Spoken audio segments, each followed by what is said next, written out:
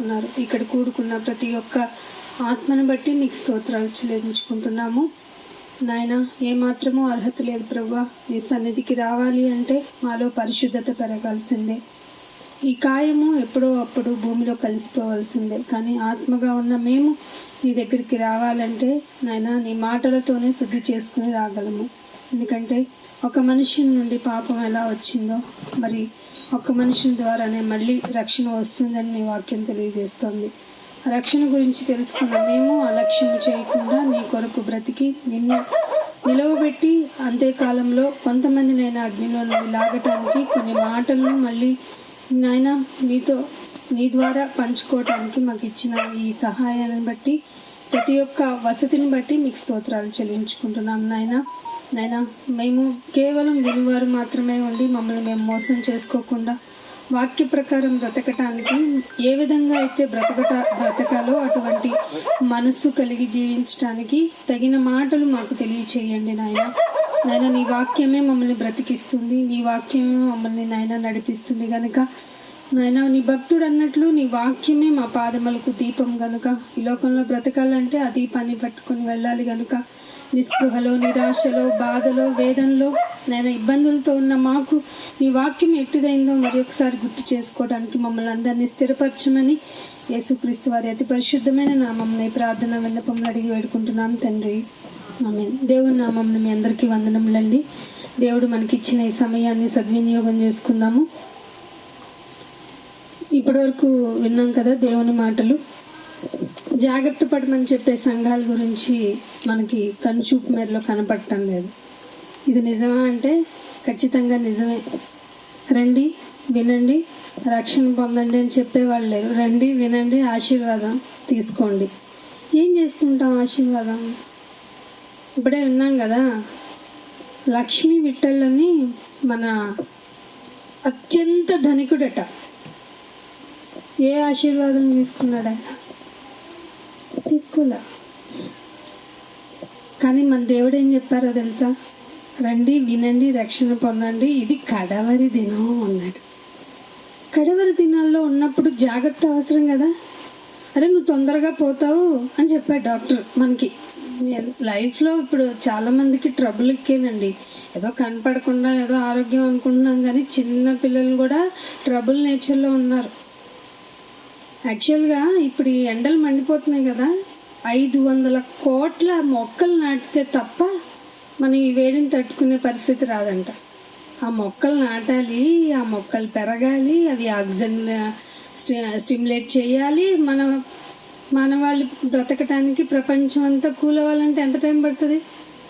మీకు అనిపిస్తుంది ఇది సాధ్యం అవుతుందని? ఎన్ని మొక్కలు పెట్టినా ఏం చేసినా పరిస్థితి చేజారిపోయింది. ఇది మాత్రం నిజం.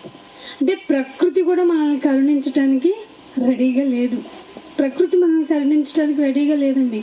ఈ ప్రకృతి వడిలోనే మనం ప్రకృతిలో ఫస్ట్ ఆఫ్ ఆల్ మనం ఈ నేలనే చూసుకుంటే నేల తల్లి అని వేసుకున్నాం. ఎందుకని?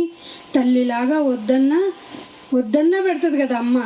అలాగే అలా మొలిచిపోయే మొక్కలను తింటున్నాం, అలా మొలిచిపోయే మొక్కల నుంచి వచ్చిన ధాన్యాలు తింటున్నాం, అలాగే మొలిచిపోయే మొక్కలు తింటున్న జంతువుల యొక్క మాంసాన్ని తింటున్నాం, పాలను తింటున్నాం, అన్నీ తింటున్నాం. కానీ ఆ నేల తల్లి కూడా భరించలేకపోతుంది కదా. ఎందుకని? వేడి ఎక్కువైపోతుంది.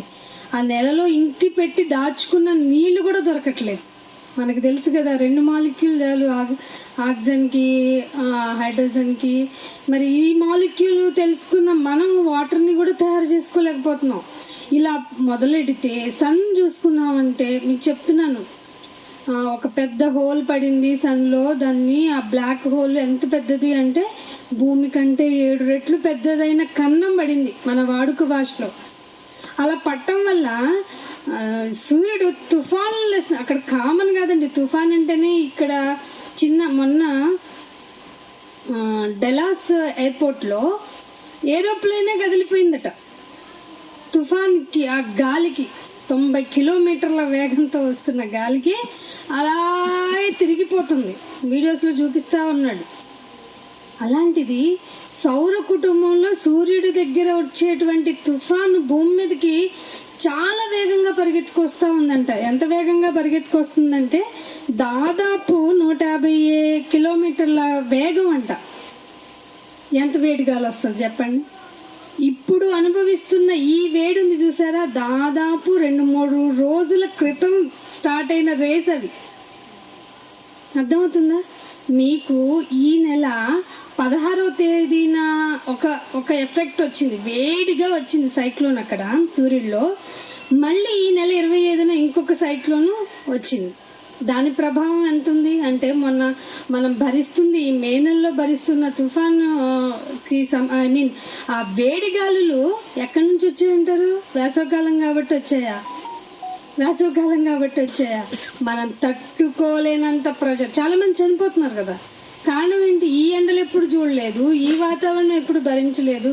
కాసేపు వాన వస్తే అమ్మయ్య అనుకున్నాం, కాదు, వాన వస్తే ఇంకా పనిష్మెంట్ ఎక్కువ.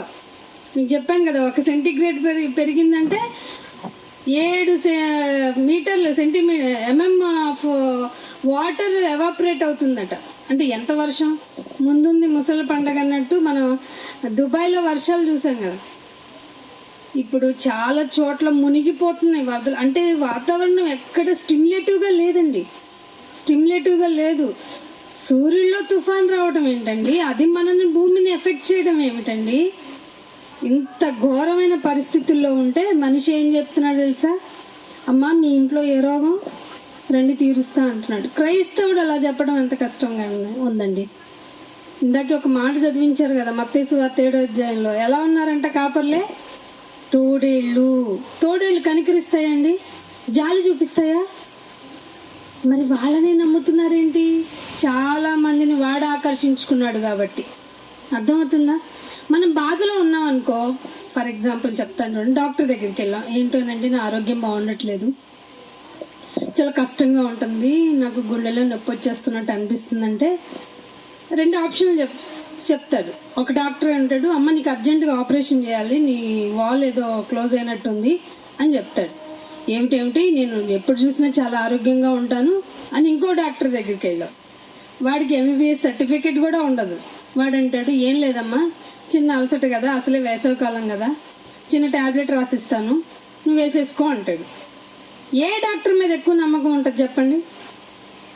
ఆపరేషన్ అన్న డాక్టర్ మీద అస్సలు నమ్మకం ఉండదు. చిన్న టాబ్లెట్తో పోగొడతానన్నాడండి. ఇప్పుడు సంఘ పరిస్థితులు అలా ఉన్నాయి. అకాలంలో ఉన్నాం మనం. అకాలంలో ఉన్న మన గురించి మన టైం అయిపోతుందని చెప్పేవాడిని నమ్మాలా? ఏమీ లేదు, నెమ్మదిగా ఉంది. దశలోనికల్లో అదే ఉంటది. లోకులు ఏమనుకుంటారట? నెమ్మదిగా ఉంది, చాలా ప్రశాంతంగా ఉంది, ఇక మనకి ఏ ఆపద రాదు, దేవుడే మనకు సహాయకుడు అన్నప్పుడే దేవుడు వచ్చేస్తాడట. మీరు అనుకోనని గడియలో ప్రసవ వేదన కలిగినప్పుడు అమ్మ ఎలా బాధపడుతుందో, సడన్ గా ఇప్పటి వరకు ఇలాగేగా వాక్ చేసింది, ఇప్పుడేగా భోంచేసి వెళ్ళానంది, అయినా వారం రోజులు టైం ఇచ్చారు కదా డెలివరీ డేట్కి అన్నప్పుడే హాస్పిటల్కి తీసుకెళ్తారు. ఇప్పుడే అర్థమవుతుందా? ప్రసవ వేదనలు పెయిన్ రావడం వెంటనే చెప్తారా? డెలివరీ పెయిన్స్ వెంటనే చెప్తారా? అన్నారు. టైం ఉందంట అన్నారు, కానీ సడన్ గా తీసుకెళ్తారు. అంటే సడన్ గా దేవుడు వస్తున్నాడు అంటే నీ ఎలర్ట్ ఎలా ఉండాలి? ఇల్లు కట్టుకుందాం తప్పు కాదే, పెళ్లి చేసుకుందాం అసలు కాదే. కానీ దేవుని అసలు నిర్ణయాన్ని మర్చిపోయి దేవుని కొరకు ఎందుకైతే నువ్వు భూమి మీదకు వచ్చావో అది మర్చిపోయి దానికోసమే, ఇళ్ళ కోసమే ప్రయాస, పెళ్లి కోసమే ప్రయాస, పిల్లల కోసమే ప్రయాస అని నువ్వు ఇక్కడే భూమి మీద నీ జీవితకాలం మొత్తాన్ని గడిపేస్తే అక్కడికి వెళ్ళిన తర్వాత ఏ బంధం లేదే, అయ్యో ఎవరితో నాకు బంధం లేదే, నేను వీళ్ళ కోసమా ప్రయాసపడిందని షాకింగ్ న్యూస్ ఉంది చూసావు, అది ముందే చెప్పాడు. ఎగ్జాంపుల్ మీకు సందర్భం గుర్తు చేస్తాను. యేసు ప్రభు వారిని, నాయన ఒక ఆవిడికి ఒక భర్త ఉన్నాడు కానీ చనిపోయాడు, అట్లా 7 భర్తలు ఉన్నారు, మరి పరలోకి వెళ్ళిన తర్వాత ఎవరితోనైనా బంధం ఆవిడికి అని అడిగారు కొంతమంది పాపం మెచ్యూర్ పీపుల్. అడిగితే ఏమన్నాడు యేసు ప్రభు వారు ఇచ్చిన న్యూస్ ఏంటి? 7 భర్తలు ఉంటారని చెప్పాడా? అక్కడ ఎవరికి ఏ బంధాలు ఉండవు. ఇక్కడ నాన్న అసలు అక్కడ ఏమీ కాదు, ఇక్కడ పిల్ల అక్కడ ఏమీ కాదు, ఇక్కడ బంధువుల అస్సలు లేదు. కాబట్టి ఇక్కడ ఉన్న నిజాన్ని తెలుసుకోవాలి. ఇక్కడ ఉన్నంతసేపే భవబంధాల్లో మింగిల్ చేస్తారు. ఎందుకంటే ఆ ఎఫెక్షన్ లేకపోతే, ఏమండి, బ్లడ్ రిలేషన్ ఉన్న వాళ్ళనే చంపేసుకుంటున్నారు కడవర దినాల్లో. అదే ఈ భవబంధాలు లేకపోతే ఏం చేస్తారు చెప్పండి? ఇంకొక మనిషిని ప్రేమించే గుణం ఉంటుందా మనిషికి? అందుకు పెట్టిన ఎఫెక్షన్ ని దేవుడు ఏ ఎఫెక్షన్ అయితే పెట్టి మీరందరూ కలిసి ఉండండి, జాగ్రత్తగా ఉండండి, ఇదిగో తల్లి బంధం, తండ్రి బంధం, బంధు బంధం, ఇలా బంధాలతో ముడిపడి మీరందరూ కలిసి నా బంధాన్ని గుర్తు చేసుకోండి అన్న దేవుని మాటను మర్చిపోయి ఈ బంధాలతో ముడిపడిపోయి నా పిల్ల కోసం కష్టపడ్డా, కుటుంబం కోసం కష్టపడ్డా, అందరి కోసం కష్టపడ్డా అని నీ రెక్కల కష్టాన్ని మొత్తాన్ని నీ కుటుంబం కోసం పెడితే దేవుడు నీకేం అప్లోజ్ చేయడు. ఇది నిజం అండి. నాన్న ఎవరి కోసం పుట్టావు అంటే నీ కోసం కాదురా, జగత్తు యొక్క పునాది వేయబడక ముందే నీ గురించిన ఆలోచనరా. జగత్తు పునాది అంటే ఈ భూమి లేదు, మన నాలెడ్జ్ లో ఈ భూమి లేదు, అసలు మనకి ఇమాజిన్కి వస్తుందండి. అప్పుడు నీ గురించి ఆలోచించాడంట దేవుడు. నీ గురించి ఆలోచించి, అమ్మా నువ్వు ఈ టైంలో, ఈ ఇయర్లో నువ్వు భూమి మీదకి వెళ్తావు కదా, సో అండ్ సో టైంకి వచ్చేటప్పటికి నా గురించి నువ్వు వెలుగుగా ఉండాలి. మీరు ఈ లోకమునకు వెలుగు, మీరు ఈ లోకమునకు ఉప్పు. ప్రపంచం ఎక్కడ రుచిగా లేదు అమ్మ. ఎక్కడ బంధాల గురించి కానీ మనుషులందరూ స్వార్థ ప్రియులు అయిపోయారు, ఒకరినొకరు పొడుచుకుంటున్నారు, నరహంతకులు అయిపోతున్నారు. వాళ్ళు బంధుత్వాల విషయంలోకి వచ్చేటప్పటికి తన మన భేదం లేకుండా విభేదించేసుకుంటున్నారు. అలాంటప్పుడు నువ్వు ఉప్పుగా నిలబడాలి చెప్తున్నారు. ఇలాగా మీరు ఉప్పు లేదంటే నీకేదో శోధన ఉంటుందమ్మా. చాలా మంది గృహప్రవేశం చేసేటప్పుడు ఏం పెట్టుకెళ్తున్నారు తెలుసు? దేవుడు మనల్ని పాలు పొంగించకూడదు అని పాస్టర్ గారు చెప్తున్నారు కాబట్టి ఉప్పు పట్టుకెళ్దాం. ఇది ఎక్కడ ఆచారం? మనుషులు పెట్టు ఆచారాలను ఏమంటారట? మనుషులు పెట్టే ఆచారం. ఇది దేవుడిచ్చిన ఆజ్ఞ కాబట్టి ముందు దేవుని పక్కన పెట్టు, ఆచారం ముందుకు తీసుకెళ్ళి. ఇలా సంఘాలన్నీ అయిపోతున్నప్పుడు అకాలంలో దేవుడి సంఖ్య ప్రకారం పూర్తవ్వవలసిన వారి మధ్య దేవుని ప్రకటన జరగాలి. అలాంటప్పుడే ఎంచుకుంటాడు దేవుడు. దేవుడి పని ఎప్పుడు ఆర్భాటంగా ఉండదండి, వెరీ వెరీ సింపుల్ గా ఉంటది. అది ఇంకా డేంజర్ ఏంటో తెలుసా? ఆయన ప్రకృతికే టెస్టిమోనీ చేసే నువ్వు అని చెప్పేశాడు. అకాలంలో ఎవరు వినరమ్మా, నా మాట వినటానికి ఎవరు ఇష్టపడరు. కానీ రేపు నా దగ్గరికి అందరూ జడ్జిమెంట్ కోసం నిలబడాలి కదా. ఇక్కడ ఈ మాట మీకోసం ఇన్ని సంవత్సరాలుగా చెప్పబడుతున్నా మీరు మారలేదేమిటి అని దేవుడు నేను అడగాలి కదా. సో నా సాధనాలుగా మీరు నా కోసం నిలబడాలి. ఇది దేవుని మాట. అందుకే మనం ఇక్కడ కూడుకున్నాం. అర్థమవుతుందా? ఇందాక అందుకే దేవుడు మాటను మీకు చూపిస్తాను. కీర్తనలకు రాసిన గ్రంథము, కీర్తనలు 119వ కీర్తన చూడండి. 119వ కీర్తన. అందరూ బైబిల్ ఓపెన్ చేసుకోండి, సాధ్యమైనంత వరకు రాసుకోండి, లేదంటే వినటానికి జాగ్రత్తగా మీ మనసును పెట్టండి. ఎందుకంటే ఈ మాటలు మళ్ళీ మళ్ళీ వినిపించవు. దేవుడు మనల్ని అత్యధికంగా ప్రేమించి ఈ మాటలు వినిపింపజేస్తున్నారు. 119వ కీర్తన 24వ వచనం చూడండి. 24వ వచనం. నీ శాసనములు నాకు సంతోషము. ఈ మాట దేవుడు చెప్తున్నాడండి. దేవుడు మనకు చెప్తున్నాడు. ఎవరి చేత? తన హృదయానుసారుడైన భక్తుని చేత.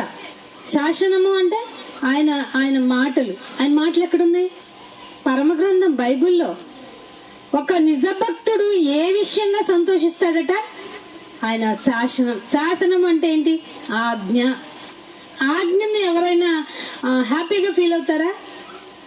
హ్యాపీగా ఫీల్ అవుతామా? బాబోయ్, మనకి స్కూల్లో కానీ, కాలేజెస్లో కానీ, ఆఫీస్లో కానీ కొన్ని రూల్స్ ఉంటాయి. రూల్ అంటే ఆజ్ఞే కదా. ఈ ప్రకారంగా ఉండవలను. మామూలుగా సాఫ్ట్వేర్ జాబ్ చేసే వాళ్ళ ఫ్లోర్కి వెళ్ళినప్పుడు, వాళ్ళు జాబ్కి వెళ్ళేటప్పుడు ఫస్ట్ కింద ప్యాంట్రీలో పెట్టేయాలి. మొబైల్ అసలు వాడకూడదు. మొబైల్ లేకుండా ఉండగలరా? కానీ అది ఎంత కష్టమో తెలుసా?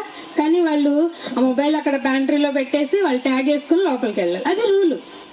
కష్టమా, బాధ, హ్యాపీనా? మరి దేవుడు ఏం చెప్పాడు? నీ శాసనములు నాకు చాలా హ్యాపీ అన్నాడు.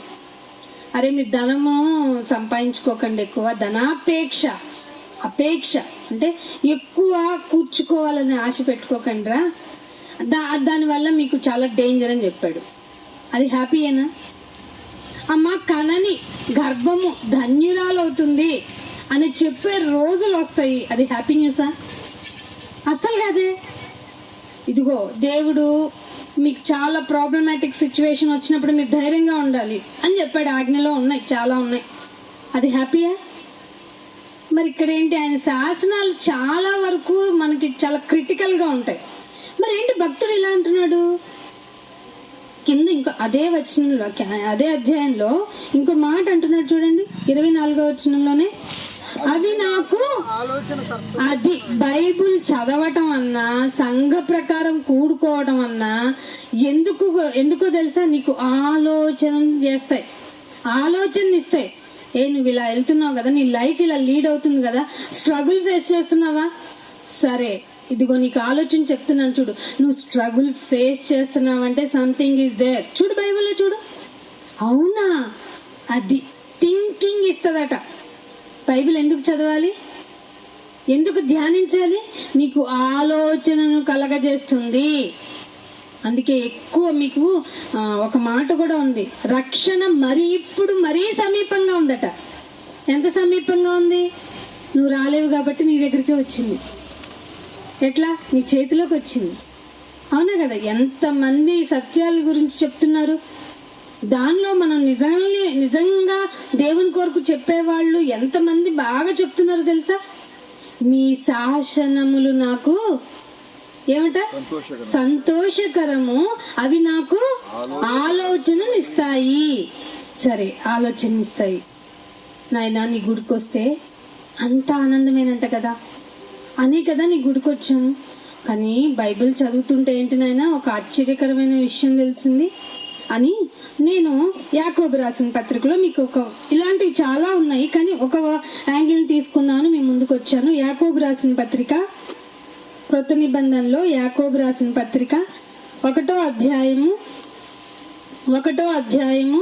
12వ వచనం చూడండి. రాసుకోండి, మీ మదిలో, మీకు టాలెంట్ ఉన్న వాళ్ళైతే మదిలో రిమెంబర్లో పెట్టుకోండి. యాకోబు రాసిన పత్రిక 1వ అధ్యాయము 12వ వచనం. శోధన సహించువాడు ధన్యుడు. చాలండి. ఏమిటంటే మీరు విన్నది నిజమేనా?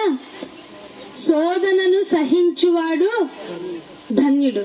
ఎవరి? యాకోబు గారు, యేసు ప్రభు వారి స్వయాన సొంత బ్లడ్ రిలేషన్ అండి. ఒకప్పుడు యేసు ప్రభు వారిని ఎంత హీనంగా చూశాడో, పోవయ్యా నువ్వు వెళ్ళి ఎక్కడో బతుకుపో అన్నాడో. యేసు ప్రభు వారు తిరిగి లేచిన తర్వాత, ఆయన మహత్యాన్ని తెలుసుకున్న తర్వాత, ఎందుకు శ్రమలు వస్తాయో తెలుసుకున్న తర్వాత, శోధనను సహించువాడు ధన్యుడు. ఈ మాట రాయండి. సంఘాల్లో మీకు అందరికీ ఆహ్వానం అని చెప్పేవాళ్ళు ఈ మాట రాయమనండి. ఒక్కళ్ళు రారు.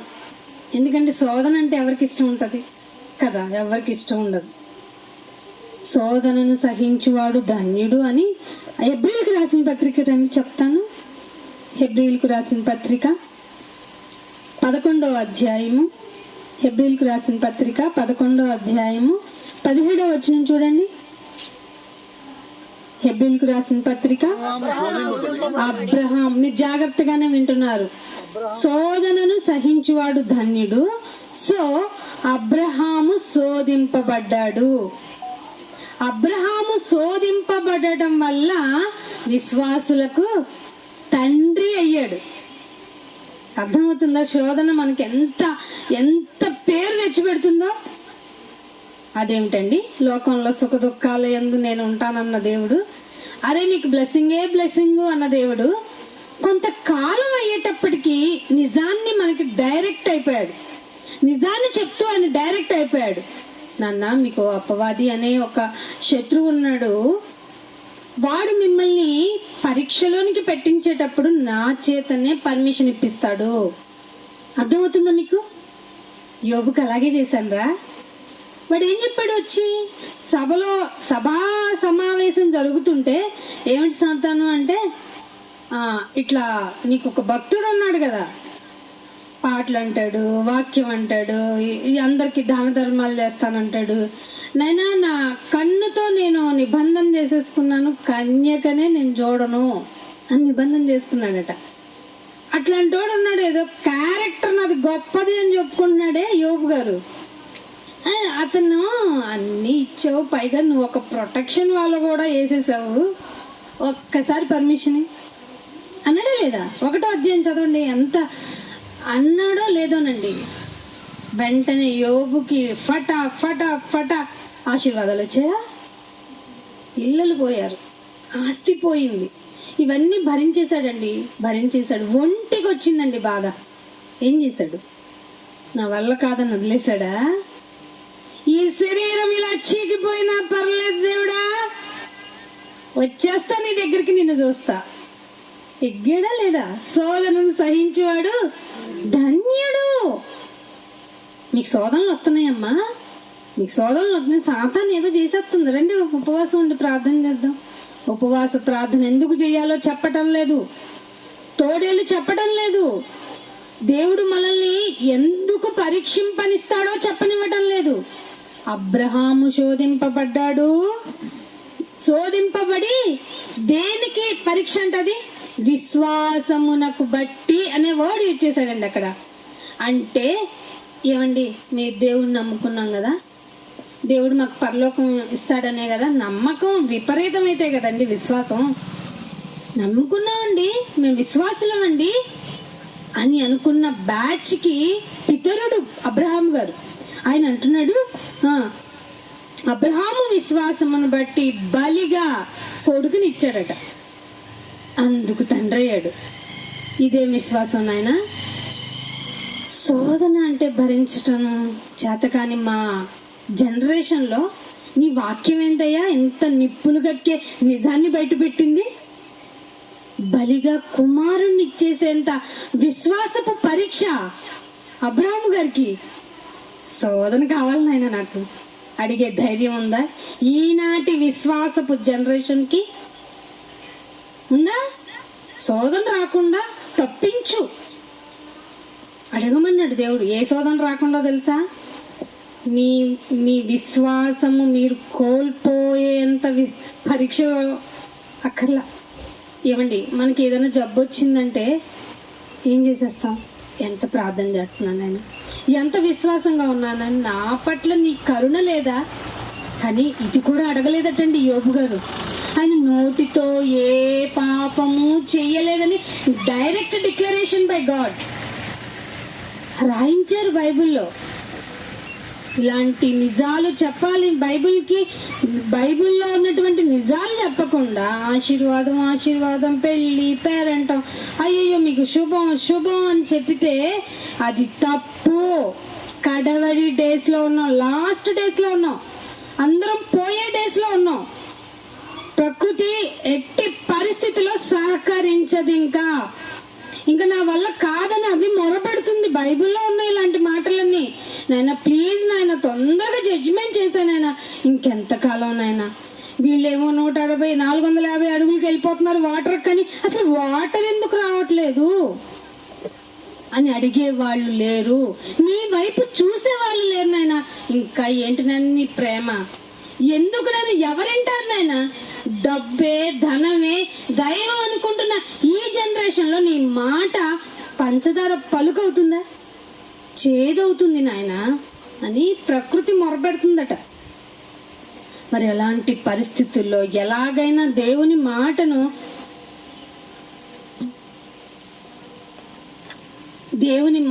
డైరెక్ట్ గా మీకు తెలియజేయాలి, దేవుని గురించి మీకు చెప్పాలి. దేవుని మాట మీకు చెప్పకపోతే నాయన నాకు ఒక్క మాట, ఒక్క క్లూ ఇస్తే నీ కొరకు బతికిపోయేవాడిని కదా, ఈ రోగం ఇలా ఉన్నా నేను నీ కొరకు నిలబడేవాడిని కదా అని నిలదీస్తావు కదా దేవుణ్ణి. అందుకే దేవుడి మాటలు చెప్పిస్తున్నాడు. శోధింపబడి అబ్రహాము నీ కొరకు విశ్వాస పరీక్షలో తన కొడుకునివ్వటానికి రెడీ అయిపోయాడట. అందుకని ఇంకొక మాట, అందుకే నాయన మరి ఏ విషయంలో శోధించేస్తావు నువ్వు? కొడుకుని ఇవ్వటం అంటే అది కీడే కదా నాయన. ఇట్లాంటి కీడు కూడా మాకు చేసేస్తావా? తప్పు నాన్న, నన్ను అపార్థం చేసుకోకు. ఎవరినైనా అపార్థం చేసుకో, జీవము గల దేవుణ్ణి అపార్థం చేసుకున్నావా నీకు ఈ లోకంలో మనుగడ ఉండదు, రాబోయే లోకంలో కూడా అంతకన్నా మనుగడ అస్సలు ఉండదు. అందుకని అదే యాకోబు రాసిన పత్రికలో 1వ అధ్యాయంలోనికి రండి. యాకోబు రాసిన పత్రిక 1వ అధ్యాయంలోనే 13వ వచనంలో చూడండి. దేవుడు కీడు విషయం చాలండి. దేవుడు కీడు విషయమై నిన్ను శోధింపడు. దేవుడు నిన్ను పర్మిషన్ ఇప్పించేది కీడు చేసే వీడికి ఏ ప్రాబ్లం వచ్చినా అది కీడుకే అని శోధింపడట. మరి దేనికినైనా అంటే ఆయన ఎవరిని శోధింపడు గాని ఎవడైనా ఇట్లా శోధింపబడుతున్నావు, శరీర పరంగా, ఆర్థిక పరంగా, బంధుత్వ పరంగా నిన్ను నెగ్లెక్ట్ చేయబడుతున్నావు అంటే నైనా నన్ను శోధించేస్తున్నావేంటి అని అనకూడదట. అనకుండా ఉండగలమా? అస్సలు ఉండలేము. అందుకే షాకింగ్ న్యూస్ ఒకటి చూపించాలనుకున్నా. లూకాసు వార్త 18వ అధ్యాయము. లూకాసు వార్త 18వ అధ్యాయము. అందరూ తీయండి, అండర్లైన్ చేసుకోండి. 18వ అధ్యాయము 8వ వచనం.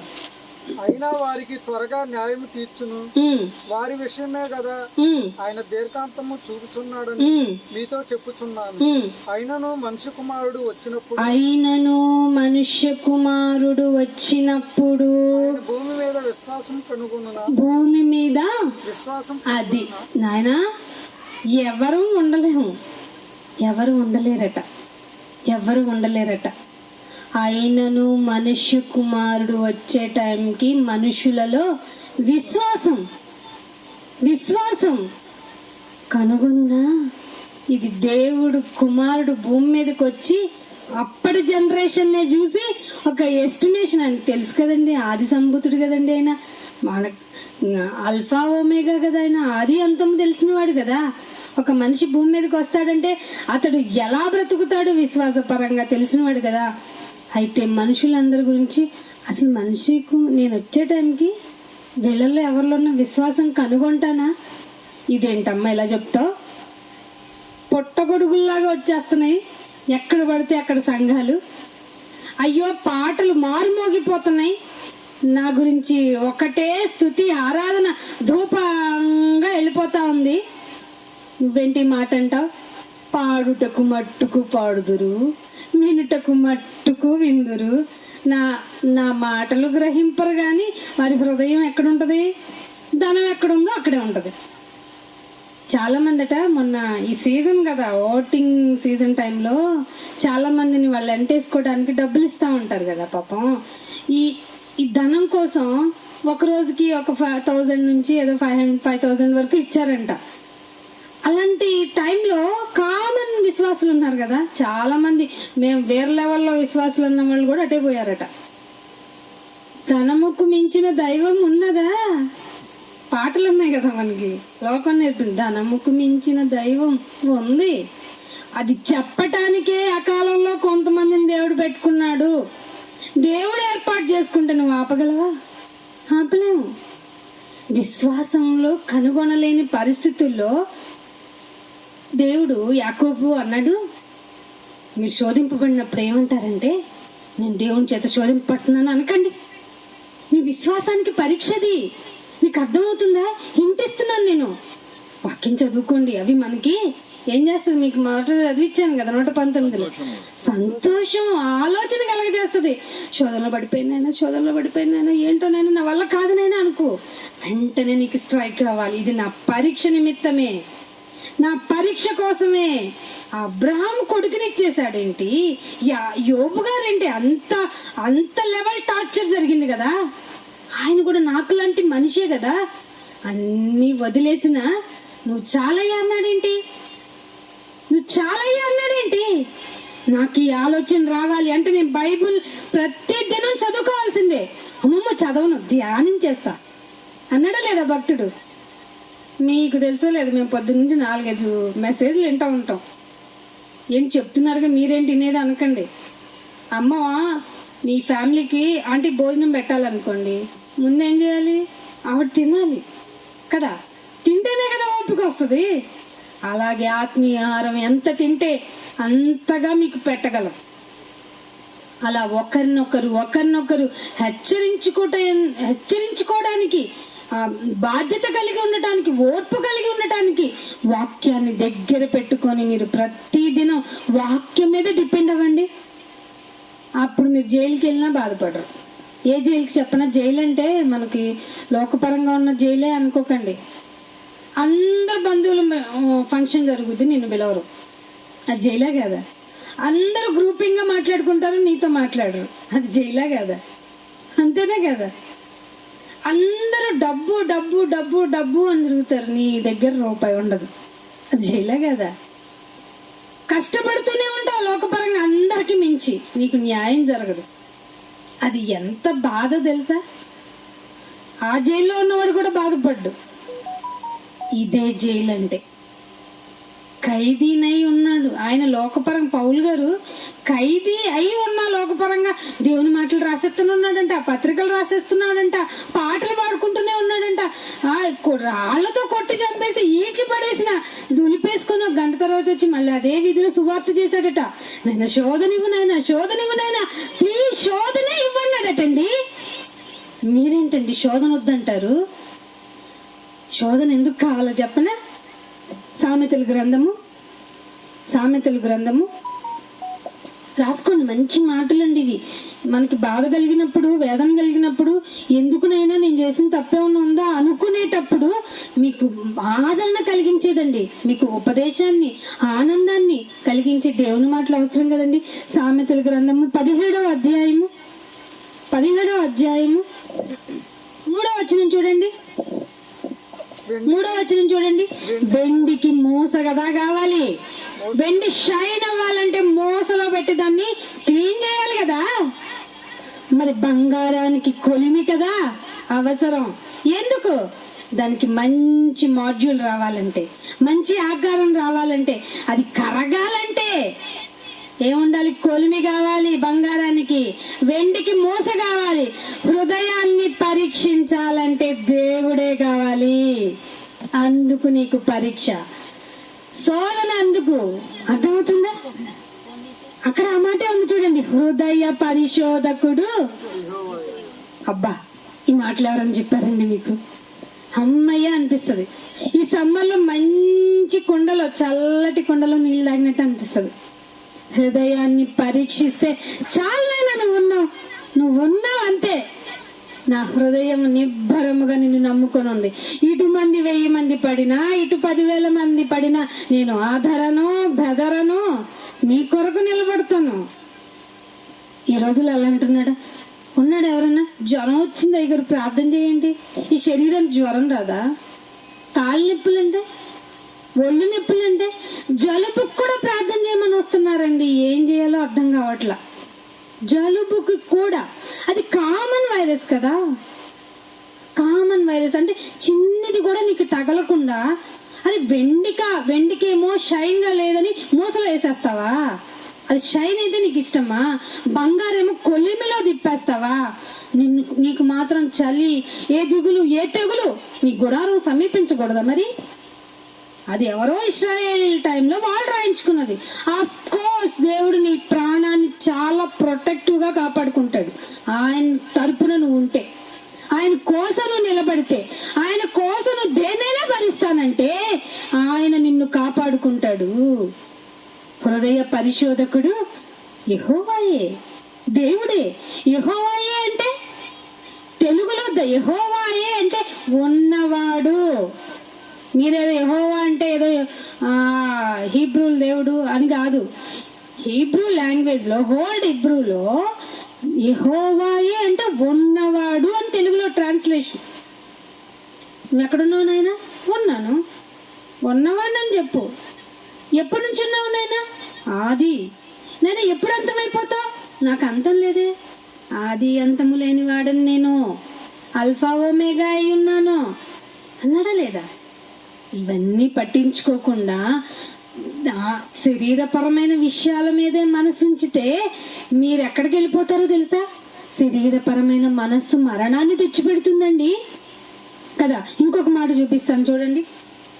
యోబు గ్రంథము ఇందాక నుంచి మనం యోబు గారి గురించి బాగా మాట్లాడుకుంటున్నాం కదా. ఆయన ఏం చెప్పాడో చూద్దాం చూడండి. యోబు గ్రంథము బాగా కొలిమిలో మునిగిన ఆయనండి ఈయన. 23వ అధ్యాయము, యోబు గ్రంథము 23వ అధ్యాయము 10వ వచనం చూడండి.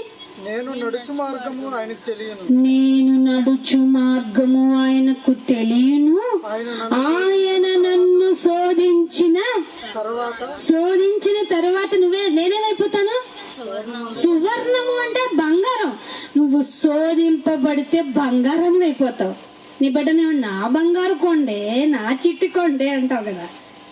ఏది లోకపరంగా నిన్ను తర్వాత నీ గురించి మర్చిపోయి నీ బిడ్డల గురించి కష్టం అంతా జీవితకాలం అంతా వాళ్ళకి పెట్టి పెట్టి పెట్టి పెట్టి నీ శరీర అవయవాలన్నీ అరిగిపోయి నువ్వు కూర్చున్నప్పుడు నిన్ను పట్టించుకొని బిడ్డలనే చూసుకొని బంగారం అనుకుంటామే. కానీ దేవుడు ఏమంటున్నాడు తెలుసా? నన్ను శోధింపబడిపోతే సువర్ణానివిరా, ఆ బంగారాన్ని నేనెందుకురా వదులుకుంటాను?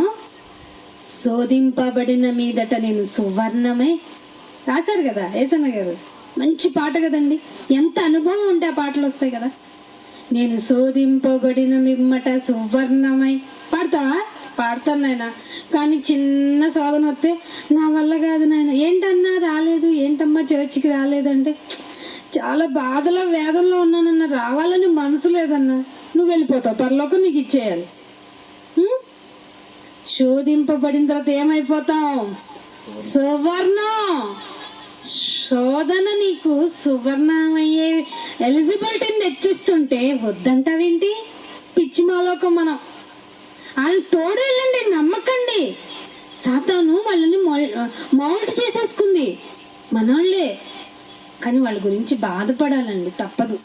మన వాళ్లే కదా, మనలాగా శరీరాన్ని ధరించుకున్న వాళ్లే కదా. సాతాను లొంగ తీసేసుకుంది కదా.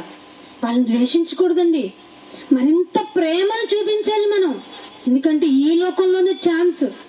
ఈ లోకం దాటిపోయిందంటే అక్కడికి వెళ్ళిన తర్వాత బంధాలు లేవని ఇందాక నీతో చెప్పుకున్నాను. అయ్యో వేస్ట్ చేసామా, అప్పుడు వాళ్ళు రియలైజ్ అవుతారు.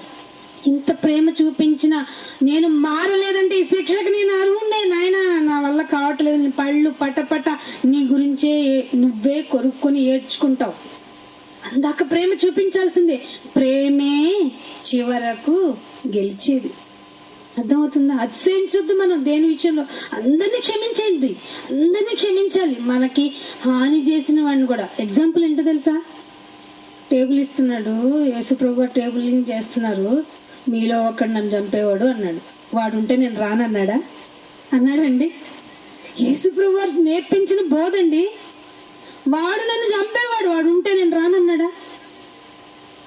చక్కగా పిలిచి రొట్టె విరిచి వాళ్ళకి బిఫోర్ డే, వాళ్ళకి తర్వాత పాదాలు కూడా కడిగాడు, ఇంక్లూడింగ్ అతన్ని కూడా కలిపేనా? మరి అంతటి ప్రాణాన్ని తీసేస్తాడని తెలిసే పక్కన పెట్టుకున్నాడంటండి. ఎందుకని అంటారు? మారుతాడేమో అని. ఇంత ప్రేమ చూపిస్తే వాడికి ఎక్కడో చోట లైట్నింగ్ బల్బ్ వెలుగుద్ది అంటాం కదా. ప్రేమిస్తున్నారా అలాగా? వాడిని చూసి ద్వేషాన్ని పెంచుకుంటున్నారా? పరలోకం ఎలా వస్తుందండి? పరలోకం రాదు. కాబట్టి ద్వేషము అనే ఆ చెడ్డ క్యాప్సూల్ తీసేయండి మనసులోంచి. దేవుని కొరకు మీరు నిలబడితే ప్రతి ఒక్కరిని ప్రేమించాలి. అందుకే నిన్ను వలే నిన్ను ఎలా ప్రేమించుకుంటావు? నీ కడుపు నొప్పి వచ్చింది అనుకో, ఏం చేస్తావు? కొన్ని కడుపు నొప్పి వచ్చిందా, అయ్యో అని ఏ టాబ్లెట్ అని తెచ్చేసేసుకుంటావు. కానీ నీలో కొన్ని వీక్నెస్లు ఉన్నాయి, నీకే తెలుసు. నాలో కొన్ని వీక్నెస్లు ఉన్నాయి, నాకే తెలిసి ఎంత చెడ్డదాన్న నేను అనిపిస్తుంది. అయినా ఏం చేస్తావు? నేను ఇంత చెడ్డదాన్ని కాబట్టి చిచి నన్ను నేను ద్వేషించుకుంటున్నానంటావా? కాదు. అయినా సరే దీనికి ఫుడ్ పెట్టేస్తావు, అయినా సరే దీనికి మంచి బట్టలు కొనేస్తావు, అయినా సరే నీకు మంచి ఫ్యాన్ పెట్టుకుంటావు, కాదని ఏసీ పెట్టుకుంటావు. ఎంత ప్రేమగా నిన్ను చూసుకుంటావు. అందుకే దేవుడు నువ్వెలా ప్రేమించుకుంటావో, నిన్ను ఎన్ని బలహీనతలున్నా, ఎంత చెడ్డవాడివి చెడ్డదానివి అయినా సరే నిన్ను నువ్వు ఎలా ప్రేమించుకుంటావో పొరుగువాడికి ఎంత చెడ్డవాడైనా సరే సాధ్యమైనంత వరకు సమాధానంతో ప్రేమించే. అర్థమవుతుందా? అలాంటప్పుడు సంఘాల్లో గొడవలు ఎందుకు వస్తాయి అంటే నిన్ను వలె నీ పొరుగువాడిని నువ్వు ప్రేమించట్లేదు. మొదట ఆజ్ఞనే ఎక్కడో అటకెక్కిచ్చేసావు, పరలోకం వచ్చేస్తుందంటావు. సంఘం వేరే సంఘం వాళ్ళని చూసి వాళ్ళు ఎందుకు వెళ్తారంట అంటే షాలేము రాజు సంఘం వాళ్ళకి ఒక పరలోకం, హెబ్రోన్ వాళ్ళకి ఒక పరలోకం, సో అండ్ సో డెనామినేషన్ వాళ్ళకి ఇంకో సంఘాలు ఇంకో పరలోకం ఏమన్నా ఉన్నాయని చెప్పాడా దేవుడు? లేదు కదా. క్రీస్తు సంఘం భూమి మీద ఒక్కటే కదా, ప్రభువు ఒక్కడే, విశ్వాసం ఒక్కటే, సంఘము కూడా ఒక్కటే కదా. మరి ఎందుకండి ఇలా విడిపోయాము? ఎందుకు విడిపోయాం? నిన్ను వలే నీ పొరుగు వాడిని నువ్వు ప్రేమించట్లేదు. ప్రేమిస్తే నువ్వేం చేస్తావు? ఏ బలహీనత ఉన్నా క్షమించేస్తావు. కాబట్టి శోధనను సహించువాడు ధన్యుడు. అంటే ఆ పొరుగు వాని వల్ల నీకు శోధన వస్తే పరీక్షలో నెగ్గటానికి ఆ శోధన ఏమో. అర్థమవుతుందా? అందుకే ఇంకొక మాట చూపిస్తాను చూడండి. ఎందుకు నాయన ఈ శోధన అని అంటే దేవుడు ఏమన్నాడు, యోబు గారు ఏమన్నాడు, నేను శోధింపబడిన తర్వాత సువర్ణం అవుతాను నాయన, అందుకే శోధించు. బిడ్డలు పోయారు, నీకేం మెంటలా అంటుంది సాతాను. పోయారు, యెహోవా ఇచ్చును యెహోవా తీసుకున్నాను. ఏం మాట్లాడుతున్నావు? ఒక ఎనిమిదిని పక్కన పెట్టాడండి. అమ్మ ఉంది కదా, భార్యను ఎందుకు ఉంచాడు అనుకున్నారు? వీడు ఎంతైనా అన్ని విషయాల్లో నెగ్గుకుంటూ వస్తున్నాడు, భార్యను కూడా తీసేశాడంటే ఇంకా స్ట్రాంగ్ అవుతాడు. కాబట్టి నేను భార్యలో చేరి ఇంకా అసలు వర్డ్ ఎందుకు యూజ్ చేసింది అనుకుంటున్నారు? అమ్మ అప్పటి వరకు భర్తతో పాటు చక్కగా దహన బలి సంస్కారాల్లో ఉంది. సారీ, దహన బలే కదా, దహన బలి అర్పిస్తూ ఉంటాడు కదా పిల్లల కోసం. ఆయన ఎప్పుడు ఒక దహన బలి కార్యక్రమం జరగడానికి దాదాపు 2.5 గంటలు పడుతుందట. ప్రతి ఒక్క బిడ్డని బట్టి ఒక్కొక్కరి నిమిత్తం అని ఉంటుందండి. మీకు 1 అధ్యాయంలో చదివితే ఒక్కొక్కరి నిమిత్తం అంటే ఎప్పుడు లేచి ఉంటాడు ఆయన? మనం లేచి ఒక అర్ధగంట మన పిల్లల గురించి ఎప్పుడైనా ప్రార్థన చేసాం? అస్సలు చెయ్యం. ఇంక వాళ్ళు ఏం మారుతారు చెప్పండి? వాళ్ళు మారాలంటే నీ ప్రార్థన చాలా అవసరం కదా. ఆలోచిస్తున్నావా ఈ విషయాన్ని? ఒక్కొక్కరి గురించే యోబు గారు అలా ప్రార్థన చేస్తే మన ప్రార్థనలు ఎక్కడున్నాయి? ఇంకా ఏమంటున్నాడు? ఆస్తి పోయిందండి, ఎప్పుడు చూసినా దాన ధర్మాలు చేస్తూ ఉంటాడు, ఎప్పుడు చూసినా బెదవరాళ్ళకి సహాయం చేసిన వాడు, ఇలా రోడ్డు మీద వెళ్తున్న టెంపుల్ దగ్గర ఉన్నప్పుడు ఆయన చేతికి ఎముక లేనట్టుగా దాన ధర్మాలు చేస్తే ఒక్కసారిగా ఆయన తినడానికి ఫుడ్ లేదన్నప్పుడు ఎట్లా ఉంటుంది సిచ్యువేషన్? శోధనను సహించువాడు ధన్యుడు. నాయనా శోధనివ్వని అడగక్కర్లా.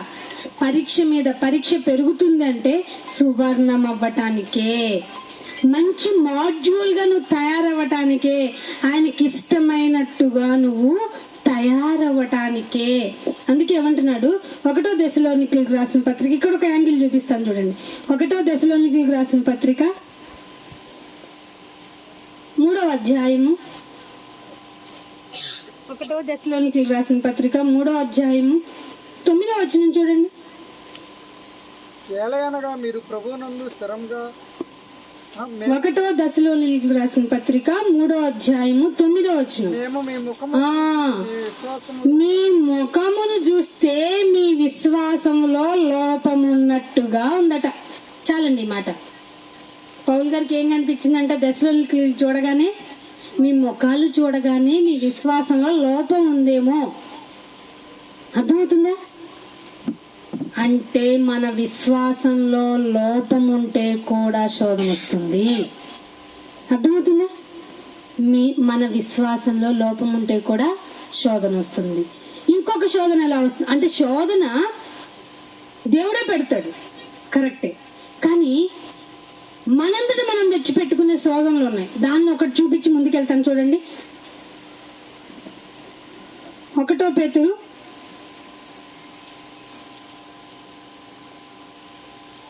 1 1 పేతురు కాదు.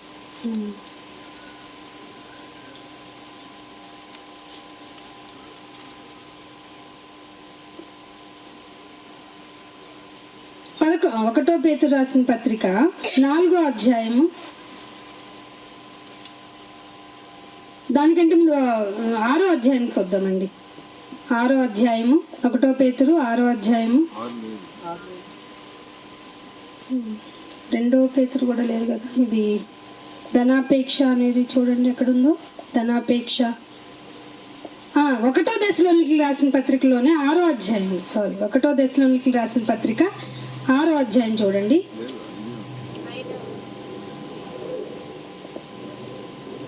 2వ దశలోనికి రండి. ధనాపేక్ష సమస్తమైన కీడులకు అని ఉంటుంది. అది ఏ పత్రిక?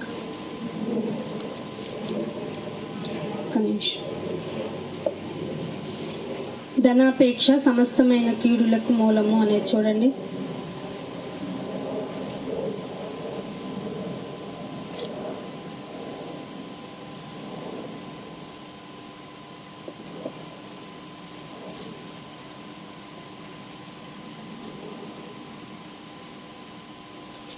ఒకటో తిమోతికి రాసిన పత్రిక 6వ అధ్యాయము, 1 తిమోతికి రాసిన పత్రిక 6వ అధ్యాయం 10వ వచనం.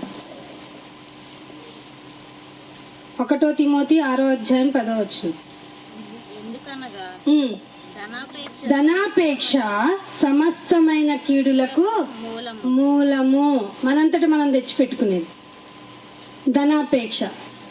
ఏంటమ్మా గుడికి రాలేదు అన్నాం అనుకో, ఈరోజు పనికి వెళ్ళా, ఆదివారం కూడా పని ఏంటమ్మా, దేవుడికి ఒక్కరోజు ఇవ్వాలనేది ఆజ్ఞ కదా. ధనాపేక్ష. ఎందుకంటే కంపెనీ రూల్ అది కదా. మీకు తెలియని విషయం ఏమిటంటే, మళ్ళీ పాత పార్టీ వచ్చింది అనుకోండి, సండే అనే రోజునే తీసేస్తుందంట. తెలుసా మీకు? చక్కర్లు కొడుతుంది ఇప్పటికి న్యూస్. మరి అప్పుడు ఏం చేస్తారు? ఆదివారం రాకపోతే మీకు శోధన వస్తుంది అని తోడేళ్ల బ్యాచ్ ఉంది చూసావు.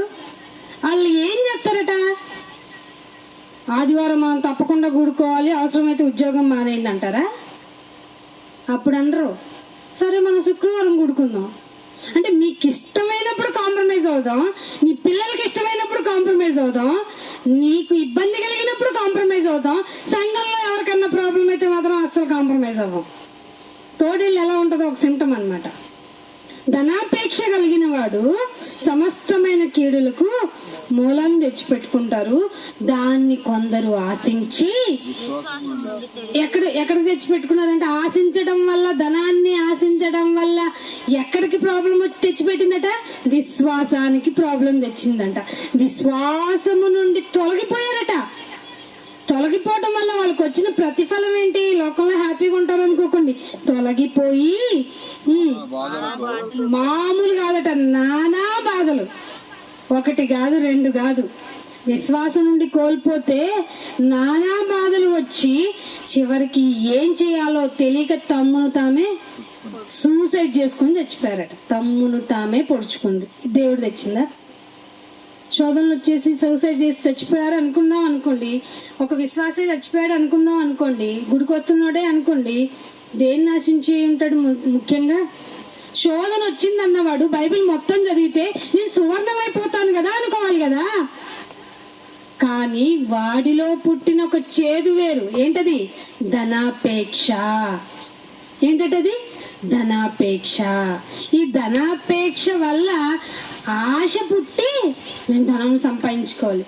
అంతే, కూలి పని చేసుకునే వాళ్ళ దగ్గర నుంచి ప్రతి ఒక్కరి దగ్గర నుంచి ఇదే ప్రాబ్లం కదండి. ఈ జాబ్ నుండి ఆ జాబ్కి మారుతానంటే ఏంటి? ప్యాకేజ్ ఎక్కువ వస్తుంది కదా. ఆ ప్యాకేజ్ ఎక్కువైన కొద్దీ దేవునికి సమయం తగ్గిపోతూ ఉంటది. నువ్వు సంపాదించేది ఎందుకు అసలు? ఫ్యామిలీని హ్యాపీగా చూసుకోవటానికి. కానీ ఆ ఫ్యామిలీతోనే నీకు రిలేషన్ కట్ అయిపోయే విధంగా నీ సంపాదన ఉంటే నీకెందుకు ఆ సంపాదన? ఉన్న దాంట్లో ఇందాక పాడాడు కదా రవి, కొంచెంతో బాగుండాలి అనే ఆలోచన ఎవరికి ఉంటుంది అసలు ఈ రోజుల్లో? ఒక ఇల్లు సరిపోద్దండి మనకి. ఇక్కడ ఉండాలి, ఈ రోడ్లో ఉండాలి, ఆ బజార్లో ఉండాలి, అక్కడ ఉండాలి. తిరిగే ఓపిక ఉండదు ఒక రోజుకి. ఒక రోజు చూసే ఓపిక ఉండదు, ఇంకో రోజు నువ్వు అసలు ఉండవు భూమి మీద. ఆశ.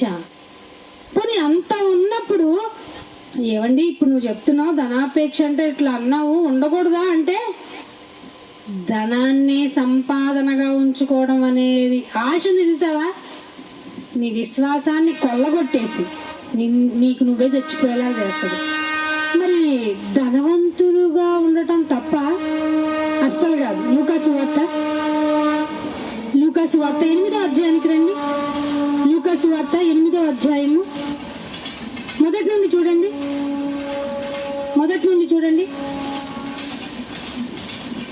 లూకాసు వార్త 8వ అధ్యాయం. దేని గురించి చెప్తున్నాడంటే, ఏ పనిలో ఉన్నాడంటే యేసుప్రభు గారు?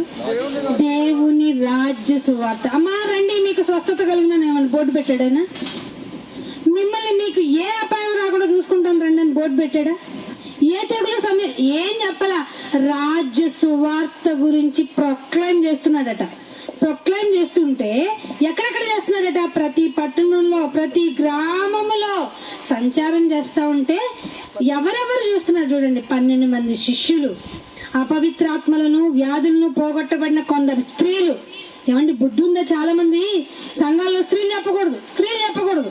వీళ్ళకి కొరింథీ పత్రికలో ఒక రెఫరెన్స్ దొరుకుతుందండి. ఒక్క రెఫరెన్స్ పట్టుకొని అసలు మగాళ్ళ ముందు స్త్రీ మాట్లాడకూడదు. ఎవరు చెప్పాడు నీకు? ఎవరు చెప్పారు? బైబిల్లో చాలా చోట్ల ఉంది. యేసుప్రభు వారి టైంలోనే ఆయన పక్కనున్న స్త్రీలు ఏమంటున్నాడు? అపవిత్రాత్మలను, వ్యాధులను పోగొట్టబడిన కొందరు స్త్రీలు అని మళ్ళీ అక్కడ డిక్లరేషన్ క్లియర్ గా చెప్తున్నాడు. 7 దయ్యములు వదిలిపోయిన మగ్దలేని అనబడిన మరియా, హేరోదు యొక్క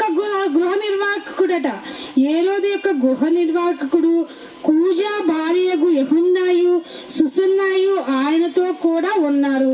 ఇప్పుడు ఇదెందుకు చదివించావు? కింద 3వ వచనం చూడండి.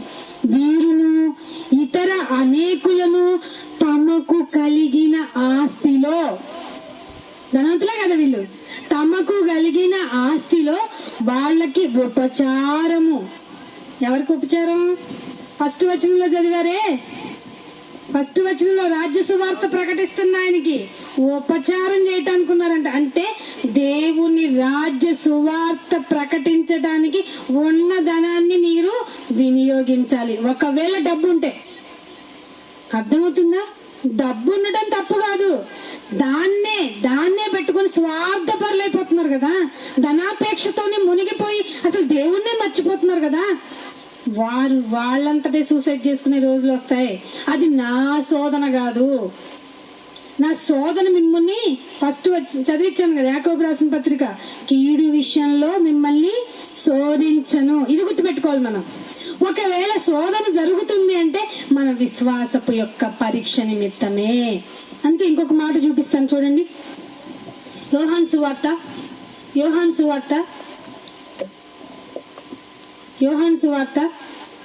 12వ అధ్యాయం చూడండి. యోహాను సువార్త 12వ అధ్యాయం 31వ వచనం. యోహాను సువార్త 12వ అధ్యాయము 31వ వచనం. ఇప్పుడు ఈ లోకమునకు, అది అర్థమవుతుందా? విశ్వాస పరీక్షలో ఉన్న మనకి, ఈ 800 కోట్ల ప్రజానికానికి ఏం జరుగుతుందట? తీర్పు జరుగుతుంది. ఎవరైనా దేవుని వాక్యం పట్ల ఆనందంగా ఉంటారా? అస్సలు ఉండరు. భోజనం పట్ల, భోజనం పెడుతున్నామంటే, మన ఇంట్లో కూడా రెండురా ఫ్యామిలీ ప్రేయర్ చేసుకుందామంటే ఎంతమంది వస్తారు కలిసి చెప్పండి? నీ దారి నీదే, నా దారి నాదే. నేను ఎక్కడ చూస్తున్నావు? ఫోన్లో చూసుకుంటున్నానులే దేవుని వాక్యం, నువ్వు ప్రార్థన చేసేసుకో అంటాం కదా. ఏమంటున్నాడు ఇక్కడ? ఈ లోకమునకు తీర్పు జరుగుతూ ఉంది. ఈ లోకమునకు తీర్పు జరిగేటప్పుడు మంచేదో చెడేదో నీకు తెలియాలి అంటే నువ్వు శోధనలో పడాల్సిందే. ఇది పచ్చి నిజం అండి, ఇది పచ్చి నిజం. నమ్మితే నమ్మండి, నమ్మకపోతే వదిలేయండి. మీరు నన్ను వెంబడించాలంటే ఏం చెప్పాడండి? నిన్ను నీవు ఉపేక్షించుకో. నిన్ను నువ్వు వదులుకుంటావా? మన కుటుంబాన్ని వదలవు, మన ఆస్తుల్నే వదలవు. నిన్ను నువ్వు ఉపేక్షించుకుంటేనే నన్ను వెంబడించగలవు. లోకానికి తీర్పు జరుగుతోంది. ఇలా చెప్పబడుతుందంటే ఏమనుకుంటున్నారు? దేవుని మాట మీ చెవులకు వచ్చి జల్ ఠల్ డల్ అని కొడుతుందంటే ఏంటనుకున్నావు? ఇదిగో నువ్వు ఈ మాట వినేస్తున్నావు, నీకు ఈ మాట వినబడుతుంది, నీకు జడ్జ్ న్యాయం జరిగిపోయింది. విన్నాను నాయనా, మంచి డెసిషన్ తీసుకున్నాను, నీ పని కోసం నిలబడుతున్నాను, ఇంకా నాకు కొద్ది టైమే ఉందని నాకు అర్థమైపోయింది, నేను నీ పని కోసం ఉండిపోతున్నాను అనుకున్నావా? నువ్వు సేఫ్ జోన్ లో ఉన్నట్టు. వీళ్ళు ఏదో చెప్తూనే ఉంటారులే, వీళ్ళకి ఏముందిలే, ఎక్కడైనా పని మాటలే అనుకున్నావా? నీకు నరకానికే జడ్జిమెంట్ అయిపోయింది. అందుకే నేను ఇంకొక మాట చూపిస్తున్నాను చూడండి. హబక్కూకు గ్రంథము పాత నిబంధన గ్రంథంలో ముగించేస్తానండి. హబక్కూకు గ్రంథము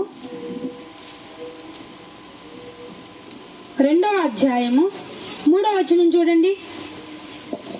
3వ వచనం చూడండి. హబక్కూకు గ్రంథము 2వ అధ్యాయము 3వ వచనం.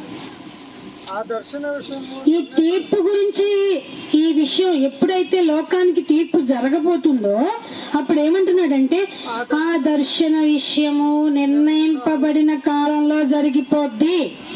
ఒక నిర్ణయం జరిగిపోద్ది. ప్రతి ఒక్కరికి ఒక నిర్ణయింపబడిన టైం ఉంది. నిర్ణయం కాలంలో జరుగును. సమాప్తం చేయటానికి ఆతరంగా ఉందట. సమాప్తమగుటకు ఆతురపడుచున్నది, అది తప్పకుండా నెరవేర్చబడుతుంది. అది ఆలస్యముగా వచ్చును, కానీ మీరు దాని కొరకు కనిపెట్టుము, జాగు చేయక వచ్చును. లేట్ చేయదట.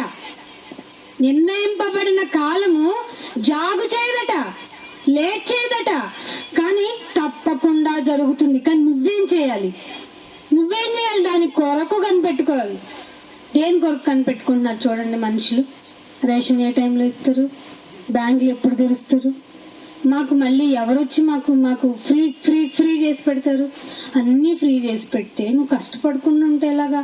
సరే, దేవుడు ఎలాగోలా అధికారుల చేత నీకు సహాయం అందించిన నీ మనసు ఏమన్నా మారిందా?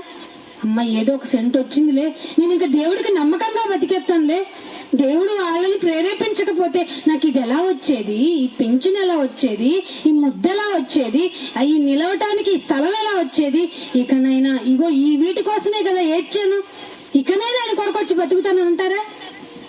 నిర్ణయింపబడిన కాలం కోసం ఎవరు చూడలేదట, ఎవరు చూడాల. కానీ దేవుడు ఏం చెప్తున్నాడు? తప్పక జరుగుతుంది, జాగు చేయకుండా అవుతుంది, మీరు విశ్వాసాన్ని కాపాడుకోండి. తీర్పు జరిగిపోతుంది లోకానికి. అందుకని ఇంకొక మాట చూద్దాం చూడండి. యెషయా గ్రంథము 60వ అధ్యాయం చూడండి. యెషయా గ్రంథము 60వ అధ్యాయము 22వ వచనం. యెషయా గ్రంథము 60వ అధ్యాయము 22వ వచనం. వారిలో ఒంటరైన వాడు, నాయన కనిపెట్టుకుంటున్నాం, నీ మీద విశ్వాసం వచ్చింది, కానీ ఈ నిజాలు చెప్తుంటే ఎవరు ఒప్పుకోవటం లేదు నాయన. యెషయా గారి బాధ అండి. కానీ తనకు తానే ఓదార్చుకు, మన భుజం మనమే తట్టుకోవాలి తెలుసా. క్రైస్తవ్యంలోకి వచ్చిన తర్వాత ఎవ్వడు మనల్ని ఆదరించడు, సొంత వాళ్ళు అస్సలు పట్టించుకోరు. అర్థమవుతుందా? అప్పుడు ఏమంటున్నాడట, వారిలో ఒంటరి అయిన వాడు 1000 మంది. ఈ విశ్వాస పరీక్షలో సువర్ణంగా తేలిన నిన్ను ఒంటరిగా ఉంటావు. నువ్వు శోధింపబడిన, నీ దగ్గర డబ్బులు ఉంటేనే కదా వస్తాడు, నువ్వు ఆరోగ్యంగా ఉంటేనే కదా నిన్ను వాడుకుంటాడు, నువ్వు హ్యాపీగా నీ పని నువ్వు చూసుకుంటే వాడెందుకు నిన్ను ఎదుటి వ్యక్తిని వాడుకుంటాడు కదా. అందుకే నీకన్నీ పోయి నిన్ను ఒంటరి చేసి, నిజంగా దేవుని సత్యాన్ని డైరెక్ట్ గా చెబితే నిన్ను ఒంటరి చేసేస్తాడు. అది నీకు శోధనే కదా, ఒంటరిగా ఉన్నటువంటి జైల్లో ఉన్నట్టే కదా. అలాంటప్పుడు ఒంటరిలో ఒకడు 1000, ఒంటరైన వాడు 1000 మంది అగును, ఎన్నిక లేని వాడు. అండర్లైన్ చేసుకోండి. నువ్వు నేనంటే ఎవరికైనా ఎన్నిక ఉందా? ఎవరైనా మనల్ని కౌంట్ చేసుకుంటారా? అమ్మ వాక్యం చెప్తాము అంటే వాక్యమా? ఏం చేసుకుంటాం దాంతో? బైబిల్ అంటుందండి, మీరు ఇలా అనే జనరేషన్ రాబోతుంది, వాక్యం వల్ల ప్రయోజనం ఏమిటి, మాకేం ప్రాఫిట్ ఉంటుంది అంటారు. నిన్నెవ్వరూ ఎన్నిక చేసుకోరు. ఎన్నిక లేనివాడు బలమైన జలమగుతాడు. ఒక్కడేంటనే 1000 మందా? ఎన్నిక లేనివాడు బలమైన జలమగును, యెహోవానగు నేను తగిన కాలంలో ఈ కార్యాన్ని త్వరగా చేసేస్తాను. అర్థమవుతుందా? అసలు ఒంటరిగా ఉంటే, శోధనలో ఉంటే ఒంటరిగా వదిలేస్తున్నారు ఏంటి నాయన నన్ను, నా బంధుజనం నాతో ఎవరు లేరు, నేను డబ్బున్నప్పుడు నా చుట్టూ ఈగల్లాగా ఉన్నారు, నేను సంపాదిస్తున్నప్పుడు నన్ను అందరూ ఆదరించారు, అయ్యో నువ్వే గొప్ప, నువ్వే తోపు అన్నారు, ఇదేంటైనా ఇప్పుడు ఒంటరి పని చేస్తారు. నేను నీకు తోడుగా ఉన్నాను అంటే అర్థం ఏంటో తెలుసా? సాతానికి కన్ను కుట్టేస్తుంది. నువ్వు తోడుగున్నావు కాబట్టే కదా ఇంత బాగా జరుగుతుంది లోకంలో. ఒక పరీక్ష పెట్టు అంది. సో నువ్వు కంట్రోల్ చేసుకో. నువ్వు ఒక్కడిగా ఉన్నావా? నేను అందరూ విడిచిపెట్టేసిన ఈ శోధనలో నేను నీకు తోడుగా ఉన్నాను, 1000 మందితో సమానం. నేను ఈ కార్యాన్ని చేయటానికి ఏం చేస్తున్నాడట ఆయన? ఈ కార్యాన్ని చేయటానికి త్వరపెట్టుతున్నాడట ఆయన. ఇంకొక మాట చూపిస్తాను చూడండి. లూకాసు వార్త ఒక ఎగ్జాంపుల్ క్యారెక్టర్ మీ ముందుకు తీసుకొస్తాను చూడండి. లూకాసు వార్త 1వ అధ్యాయము 8వ వచనం చూడండి. లూకాసు వార్త జకర్యా తన తరగతి క్రమం ద లాస్ట్ ప్రాఫిట్ అండి, ఆయన లాస్ట్ ప్రవక్త జకర్యా గారు తన తరగతి క్రమము చొప్పున పాత నిబంధన ప్రకారం తరగతి యాజక ధర్మం నిర్వర్తించే ఆయన. అర్థమవుతుందా? లాస్ట్ ప్రవక్త మనకు తెలిసి యాక్చువల్గా యోహాన్ గారు, కానీ ధర్మశాస్త్ర ప్రకారం లాస్ట్ ప్రవక్త జకర్యా గారు. ఆయన ఏం చేస్తున్నాడట? తన తరగతి క్రమము చొప్పున దేవుని ఎదుట ఉన్నాడట. దేవుని ఎదుట యాజక ధర్మం జరిగిస్తూ ఉంటే ఆయనకి ఏమొచ్చిందట? ఆయనకి ఏం లేదట. ఆయనకి యాక్చువల్గా ఏంటి లోపం? పిల్లలు లేరని చెప్పి శోధన కదా. పిల్లలు లేకపోతే ఎంత శోధన. వీళ్ళు బాగానే ఉన్నా పక్కన వాళ్ళు ఏంటి విశేషం లేదా, పెళ్ళి అంటారు. పెళ్ళిన తర్వాత ఇంకా ఏంటి అంటారు. ఇప్పుడు మీకు తెలియదు, మొన్న ఒక సాధు ఏదో టెంపుల్లో పిల్లలు పుట్టడానికి ప్రసాదం ఇచ్చారట. ఎంతమంది వచ్చారు కౌంట్ చేశారా? 4, 5 అని వార్తలు చూసారా? లక్షల మంది ఉన్నారట. లక్షల మంది పిల్లలు లేని వాళ్ళు. అర్థమవుతుందా మీకు? ఇప్పుడు ఇంకొక జనరేషన్, ఈ జనరేషన్లోనే ఇంకొక గ్రూప్ ఉంది. నాయన 1 hour నన్ను ఒకళ్ళు చాలు, అసలు వద్దు నాయన. మొన్న ఒక CEO పేరు మర్చిపోయాను. పిల్లల్ని పెంచడం అనేది వేస్ట్ ఆఫ్ టైము. ఇన్ లైఫ్లో సగం భాగం వేస్ట్, అంతే కదా. ఇప్పుడు ఎవరు వాళ్ళకి నిజంగా మంచి మనసు ఉంటే మనం బాగోని స్థితిలో వచ్చి మనల్ని సాధక బాధలు చూసుకుంటారు. అసలు ఈ రోజుల్లో ఎవరు సెల్ఫిష్నెస్ వాళ్ళది. పైగా మనం బాగా చదవాలి, out of country, out of అని అమెరికాకు పంపించేసాము. అక్కడున్న విధి విధానాలు బట్టి వాళ్ళు రాలేరు. అక్కడున్న కల్చర్ని బట్టి అమ్మా నాన్న అసలు రెస్పెక్ట్నెస్ ఉండదు. ఇక్కడ ఏదన్నా అనాథాశ్రమంలో పడేద్దాం అనుకుంటున్నారు.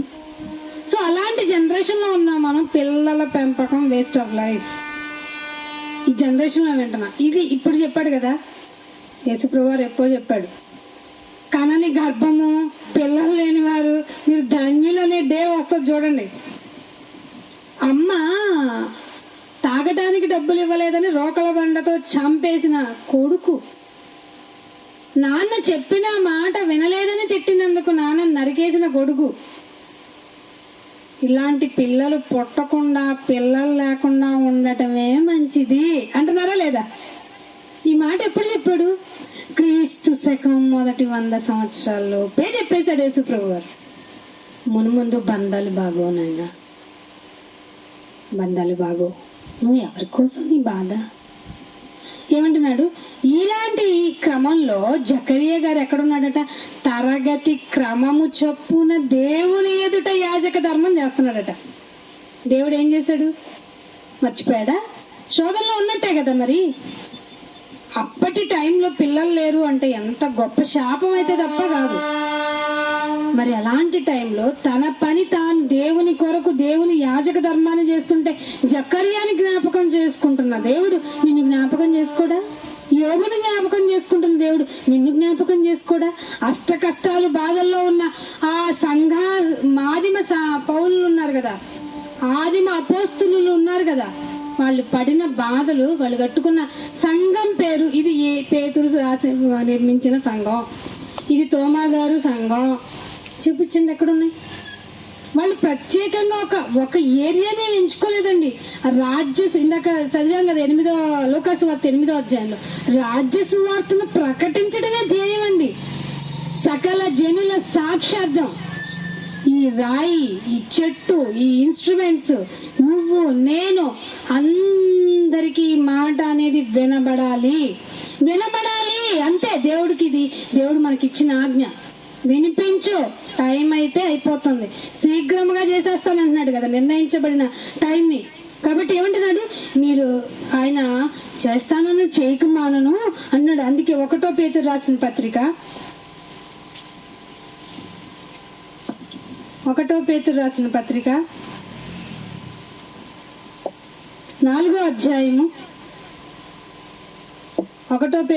పత్రిక 4వ అధ్యాయము 13వ వచనం చూడండి. క్రీస్తు మహిమ బయలుపరిచినప్పుడు, జాగ్రత్తగా వినండి, ఈ మాట చాలా అవసరం, ఈ పాఠానికి బ్యాక్ బోన్ లాంటిది. 1 పేతురు రాసిన పత్రిక 4వ అధ్యాయము 13వ వచనం. క్రీస్తు మహిమ బయలుపరచబడినప్పుడు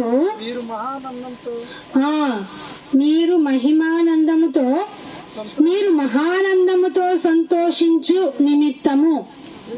ఎప్పుడు సంతోషిస్తామండి మనం? ఆయన మహిమ, క్రీస్తు మహిమ బయలుపరచబడాలంటే మీరు మహదానందంలో ఉండాలి. ఇక్కడ వరకు బాగుంది. పక్కన కనెక్టివిటీలో ఏముంది చూడండి, క్రీస్తు శ్రమలలో మీరు పాలివారై ఉండాలి. అర్థమవుతుందా?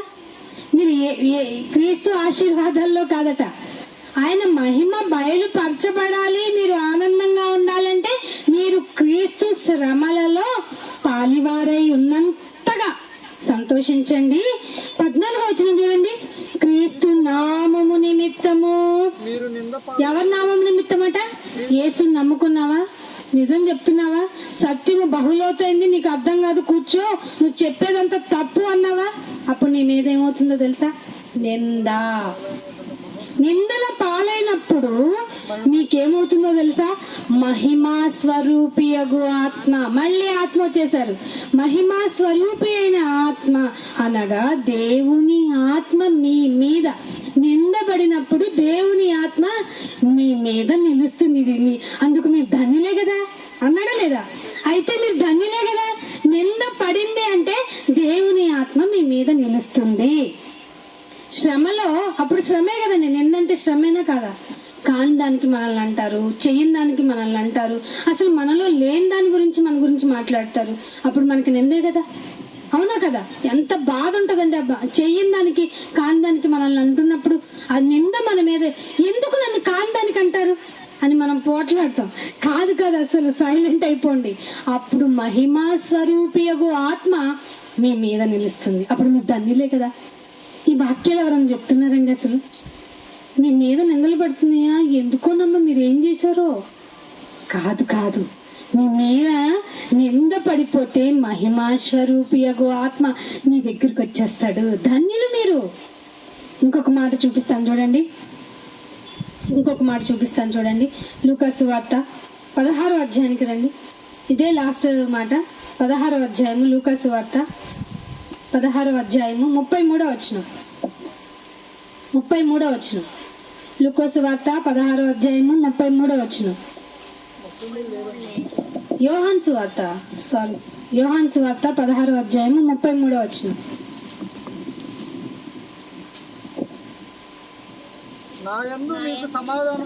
ఇదిగో మీకు ముందే చెప్పేస్తున్నాను. యేసుప్రభు గారు మాట్లాడండి. నాన్న మీకు ముందే చెప్తున్నా, ఎందుకంటే నాయన నిన్ను నమ్ముకుంటే ఏంటి మాకు ఈ శోధన అని నీకు నాకు వైర్యం వచ్చేస్తుంది. అలా రాకుండా ఉండటానికి ముందు మీకు ఒక మాట చెప్పేస్తున్నా, మీకు నాకు సమాధానం కలుగునట్లు మీతో ఈ మాటలు చెప్తున్నాను. లోకంలో మీకు శ్రమ కలుగుతుంది. శ్రమ, మళ్ళీ ఇక్కడ శ్రమ అన్నాడు లేదా? శోధన కలిగిన వారు ధన్యులు.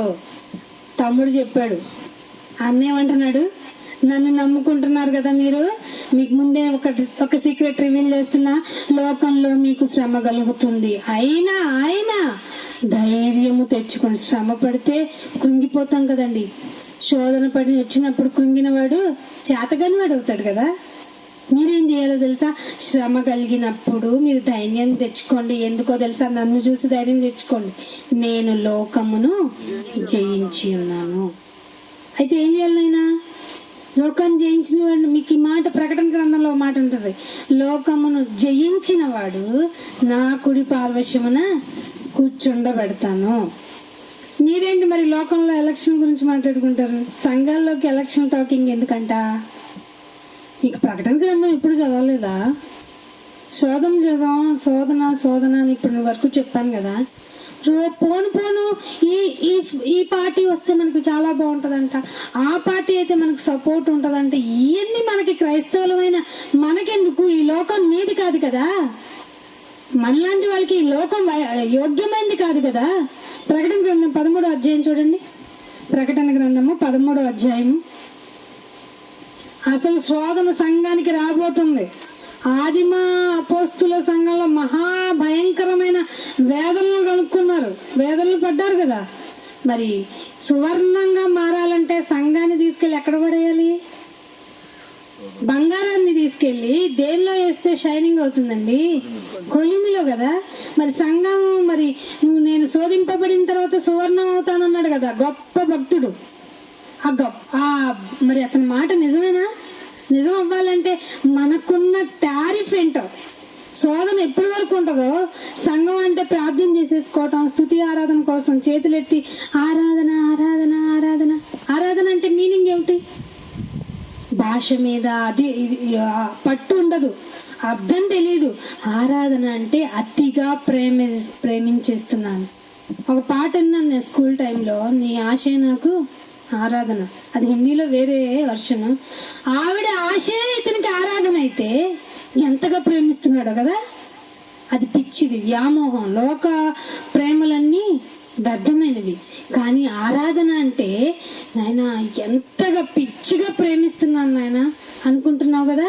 నువ్వు నన్ను ప్రేమిస్తున్నావా? అయితే నిన్ను ఎక్కడికి వేస్తాను? నిన్ను కొలిమిలో వేస్తాను. 13వ అధ్యాయంలో 4వ వచనంలో చూడండి. మనం అనుకుంటున్నాము, మీకు తెలుసా మృగము అంటే ప్రపంచాన్ని ఏలినటువంటి రాజ్యాలలో 4 రాజ్యాల తర్వాత రాబోయే పరిస్థితులు ఎలా ఉంటాయో దానియేలు గ్రంథం నుంచి చెప్పుకుంటూ వస్తున్నాడు పరిశుద్ధాత్మ దేవుడు. ఇక్కడికి వచ్చేటప్పటికి ఆ మృగము అంటే మంచి సాఫ్ట్ క్యారెక్టర్ ఉంటుందా? సింహాన్ని చూసి ఎందుకు భయపడుతున్నావు? దానికి ఏమైనా కనికరం ఉంటుందా? వచ్చేది తినేయడానికి.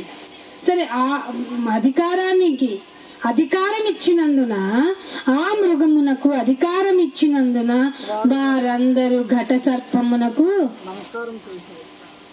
అధికారం వస్తే ఘట సర్పం ద్వారా నమస్కారం చేసేస్తాం అధికారం వచ్చిన వాళ్ళకి. మరియు వారు ఈ మృగముతో ఎవరు సాటి? ఎలా ఉంటుందో, ఒకవేళ అధికారం పొందితే ఎట్లా ఉంటుందో చెప్తున్నా చూడండి. ఈ మృగముతో ఎవరు సాటి? దానితో యుద్ధం చేసేవాడు ఎవడుంటాడు? సో కాంప్రమైజ్ అయిపోదాం. సంఘానికి రాబోతున్న పరీక్ష, ఒకవేళ ఆ మృగము క్యారెక్టర్ ఎలా ఉంటుందో తెలుసా? ఎట్లా అధికారంతో పాలిస్తుందో తెలుసా? డంబపు మాటలు వస్తాయి. సోషల్ మీడియాలో దేవుని గురించి ఎంత విచ్చలవిడిగా మాట్లాడుకున్నారో తెలుసా? డంబపు మాటలను, దేవదూషణలను పలుకు నోరు ఇవ్వబడింది. అర్థమవుతుందా? దేవుని దూషించే నోరు ఇవ్వబడుతుంది అధికారం పొందుకుంటే. ఇంకేమంటున్నాడు? పైగా దానికి ఒక టైం పీరియడ్ ఉంటుందట.